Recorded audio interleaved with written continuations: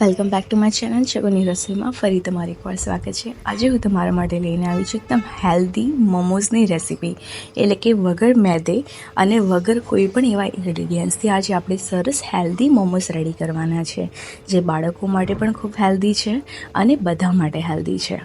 એકદમ easy recipe છે, તો ચલો સ્ટાર્ટ કરીએ। એના માટે મેં 2 કપ સોજીને સરસ રીતે ગ્રાઇન્ડ કરી લીધી છે। નાની સોજી હોય કે મોટી સોજી હોય, આપણે એને એક વખત ગ્રાઇન્ડ જરૂરથી કરવાની છે। ગ્રાઇન્ડ થઈ ગયા પછી એની અંદર આપણે એડ કરીશું સ્વાદ અનુસાર મીઠું, અને પછી આપણે એને સરસ રીતે મિક્સ કરીને થોડું ગરમ પાણીને એડ કરવાનું છે, જેના કારણે જે સોજી છે એ સરસ રીતે ફૂલી જશે અને આપણા જે મોમોઝ છે એ પણ સરસ રીતે રેડી થઈ જશે। હવે આ સોજીને આપણે 5 મિનિટ માટે સાઈડમાં મૂકી દીધી છે। ત્યાં સુધી આપણે ચટણીની તૈયારી કરી લઈએ।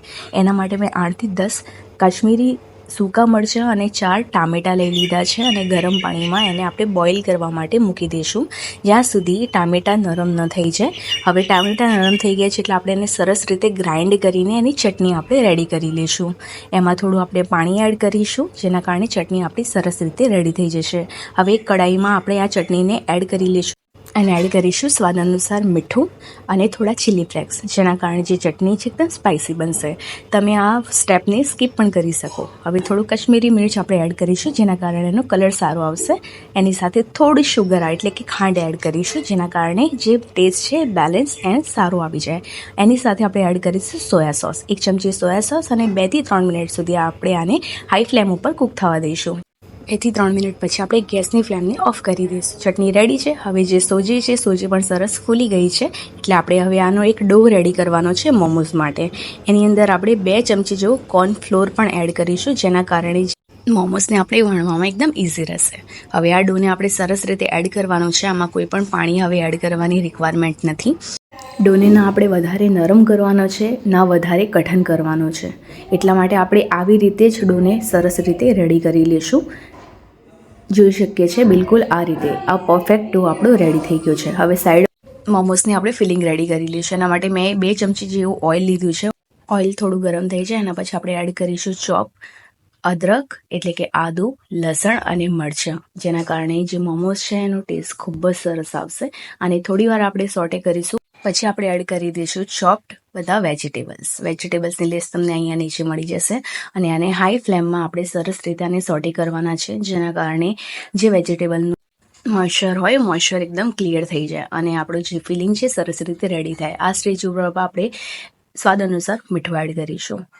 મીઠું એડ કર્યા પછી આપણે આની અંદર એડ કરીશું 1 ચમચી જેવું સોયા સોસ। સોયા સોસથી ફિલિંગનો જે ટેસ્ટ છે અને એકદમ બહાર જેવો ટેસ્ટ આવશે, એટલે કે જે આપણે બહારના મોમોઝ કહે છે એનાથી પણ વધારે હેલ્ધી બનીને રેડી થવાના છે।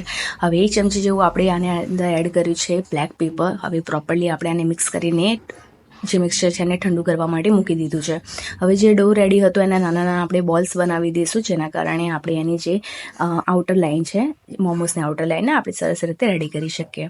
આના જે બોલ્સ એકદમ નાના બી ન હોવો જોઈએ અને બહુ મોટા બી ન હોવો જોઈએ। થોડો આપણે હવે કોર્નફ્લોર કે પછી કોઈ પણ ફ્લોર આપણે છિડકાવ કરીને હવે આની નાની નાની આપણે પૂરી રેડી કરવાની છે।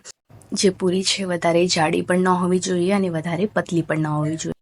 બિલકુલ આવી રીતે આપણે એની પતલી પતલી કોર્નર્સને રેડી કરવાની છે। હવે પૂરી આપણી બધી ઓલમોસ્ટ રેડી થઈ ગઈ છે, એટલે 1 ચમચી જેવી જે ફિલિંગ છે મોમોઝની એ એડ કરીશું, અને આસપાસની આઉટર સાઈડમાં આપણે થોડું પાણી એને લગાવીશું, જેના કારણે જે મોમોઝ છે એ પ્રોપર રેડી થઈ જાય।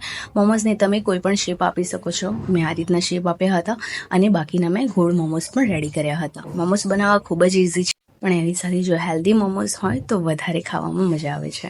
હવે આપણે સાઈડમાં એક પ્લેટ ઉપર બધા મોમોઝને સરસ રીતે સેટ કરી લઈશું, અને જે પાણી છે એટલે કે બોઇલ કરવા માટે પાણી પણ રેડી થઈ ગયું છે, એટલે આપણે આને હવે સ્ટીમ કરીશું 10 થી 12 મિનિટ માટે।